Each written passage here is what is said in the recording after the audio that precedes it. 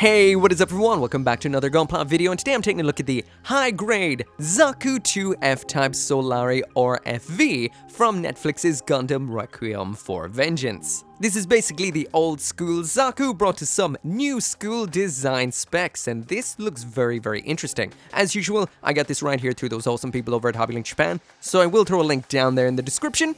And today I'm going to be building this kit, so let's get it out of the box.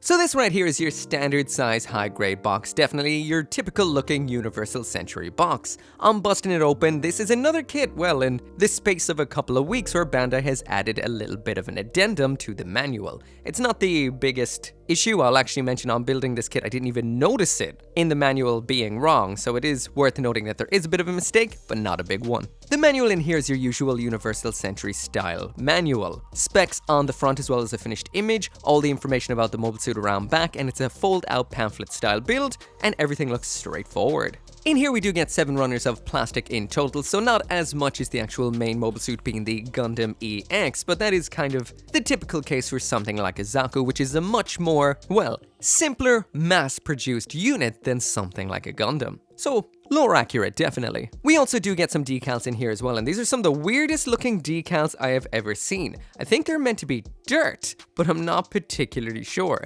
Anyway, it'll be interesting to pop those on to see what they look like. Unique, without a doubt. So starting exactly where I usually do, which is down at the legs, I like to actually have it build up from the legs up so I have something standing on my desk as I build. The knees on this are very nice. Actually, the full upper legs layer very nicely with a lot of thick blue-gray armor. When you move down to the lower leg then, we do not have a full inner frame running through this. We do have 2 sides of the armor holding the lower leg together, but we have a very nice joint made out of 2 sections, one including a C-clip for the ankle on this kit, so it does look like it will extend outwards somewhat. We've got a flap of armor, some armor for up on the upper leg, and then the layering on the bottom section of the leg has an additional 4 parts, which is a lot of nice detail. We've got a nice robust hip joint for this kit. The feet on this are nice and simple, 2 parts but a nice bit of color separation. And finally then we do have a unique aspect on the side of the leg, which includes this little bit of a joint aspect which attaches on, and the piping on this is done in a unique and very interesting sort of way. Overall, nice, big, solid leg.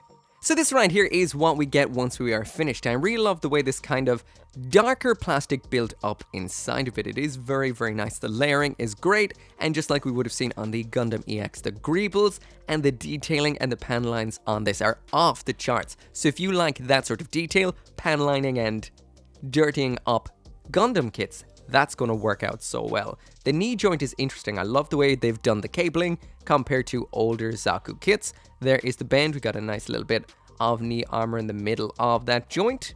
A little bit of an armor flap here which moves down and up, and this foot moves out nicely from inside of that armor. Still a little bit limited in the usual kind of Zaku way, but not too bad. Also, nice articulation up here for the hip joint as well. Up to the waist now, and we're off to an absolutely fantastic start. The way the hip joints attach in here allows us to have dropping, swinging joints for those hip joints. That is always very nice, especially in such an armored waist. The side skirtings are incredibly nicely designed. They attach on via pegs so they'll never pop off. Butt flap attaches on as one big piece, and then you extend those side skirtings by attaching a bit in the side of them and locking that in then with another bit of that light brown armor. Overall, extremely nice. The front skirtings, not on ball joints this time, they're on just peg style joints, and you can't actually cut them apart in this because there isn't 2 front skirtings, just one solid piece. Once again, with some nice layering of plastic. And this right here is what we get with the waist unit. Again, very nice detailing on this. So plenty of very nice molded in detail all over the place, especially around there on the back with some extra layered up bits of armor. The joints on this are simple but effective. The front skirting just moves upwards just like so. Side skirtings move out like that so they can all get out of the way nicely. The rear skirting armor does not move, so that is locked in place, but we do have these nice dropping hips in here, which is very nice too. Also, this little mechanism here, it's a little hard to see, but it allows this to drop out forward as well. This is on a C-clip. It does feel a little bit like it could be a break risk over time, but it does help with the overall movement of the armor. Moving up once again to the body unit, and this definitely focuses more on being a big solid lump as opposed to the articulation. We do have a little bit that is a forward-facing ball joint that attaches into the little waist section that attaches into the backpack. We've got this little unit section here where the arm joints attach in just as kind of simple little hinge joints, and that all then attaches into the body. The neck is a hinge joint that moves upwards into a piece which slides into the main body, and that all gets locked in then by a big old piece of plastic. The way the side sections of the armor then attach onto the shoulder areas of this, they slide in from the front and the back. Now I thought because you're doing something like this, you might get a little bit of that kind of Exia-esque movement in that armor, but no, it's just really another solid piece when put together. Once again, the piping on this is very robust, attaches on very easily in the front, around back as well, and the backpack is made out of 2 segments for some nice color separation, but the standard gunpla backpack adapter is not on this kit. So this right here is what we get, and it is, for, well, lack of a better term, just a big old lump. So this is what it's like. Again, we do have some very, very nice panel lining on here. Lots of nice little greebles and details. And that is definitely where this kit shines. So we've got some nice detailing in here. The way this little gray section or blue-gray section came from underneath is very, very nice, and a lot of panel lining opportunities. The shoulders move like this, so that's at least something. A little limited to what we see in some kits lately, but not too bad.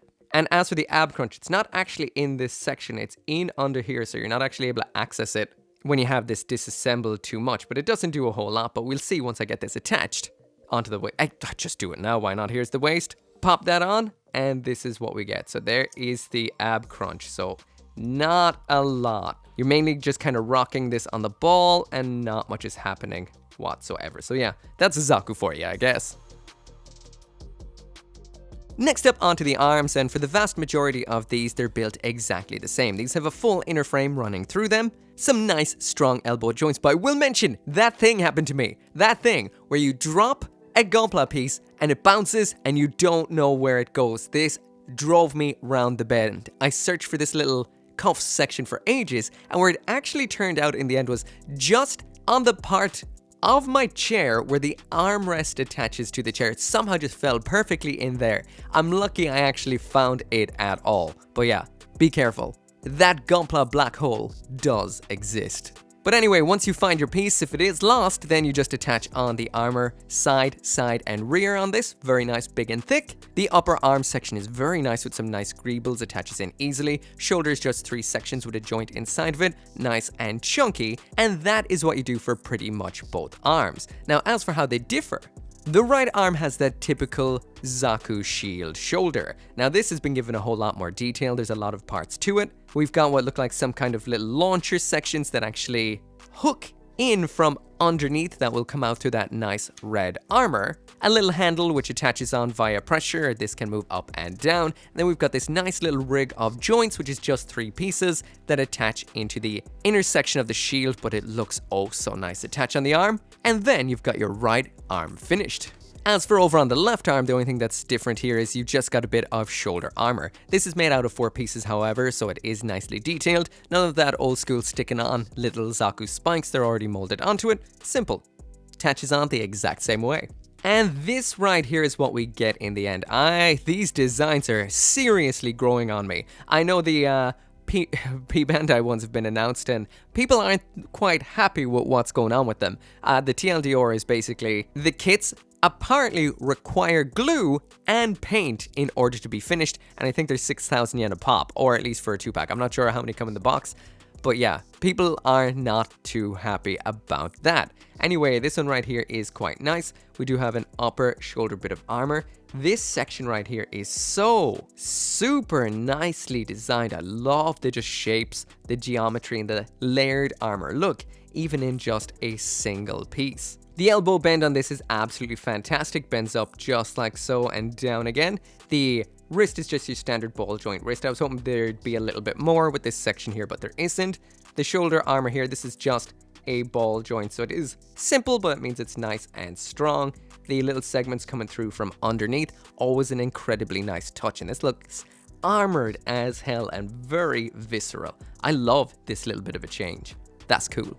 As for the left arm, it's exactly the same all around, looking fantastic, except this section up here. Diamond-shaped spikes instead of the classic round. This moves ever so slightly like so, just kind of out of the way, probably so you can raise the arm, but not a whole lot of movement to it. It's got a cool Mario shell vibe to it, and I kind of want to paint it white around here, kind of. But anyway, on to the next bit.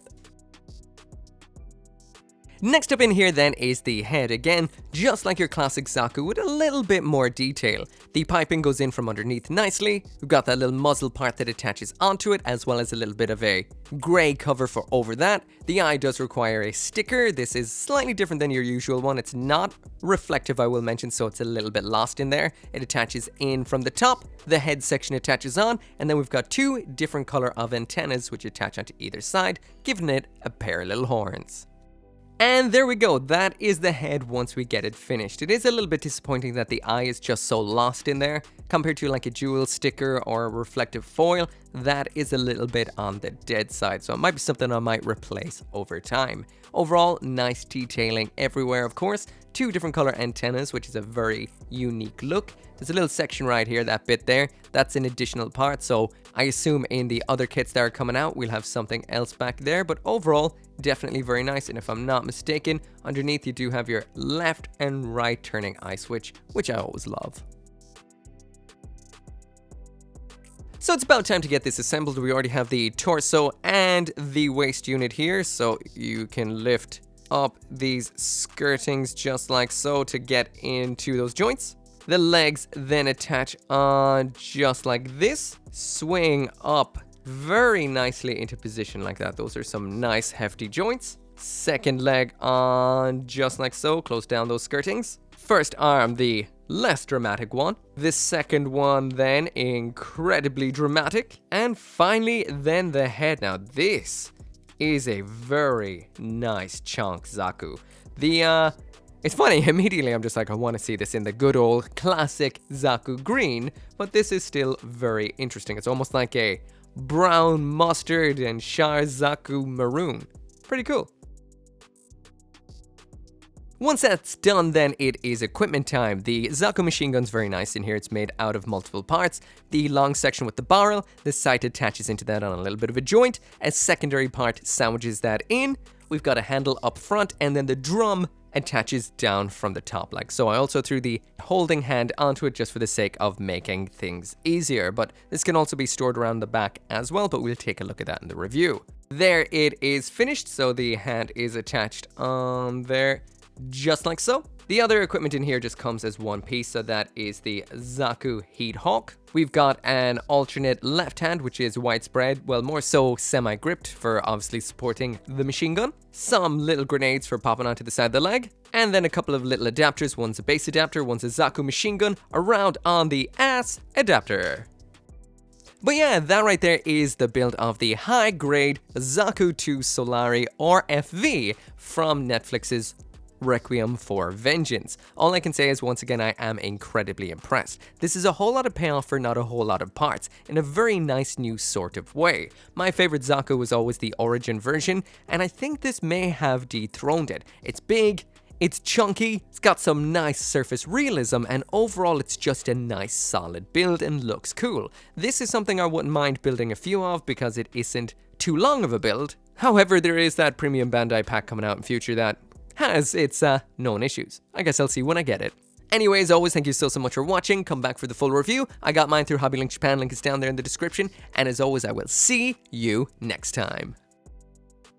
Once again, I kind of finished this video right here without thanking each and every one of you guys for watching my videos. That makes absolutely everything on here possible. If you don't want to support more interesting videos or just to improve the overall quality of the channel, you can help out on the channel memberships and over on Patreon. Patreon is really what does fund any and all improvements quality-wise to this channel. So a special shout out to Abraxas, Caleb Engelhart, Joe, RG59061, ShadowWolf179, Van Fawn, and Scotty Thomas.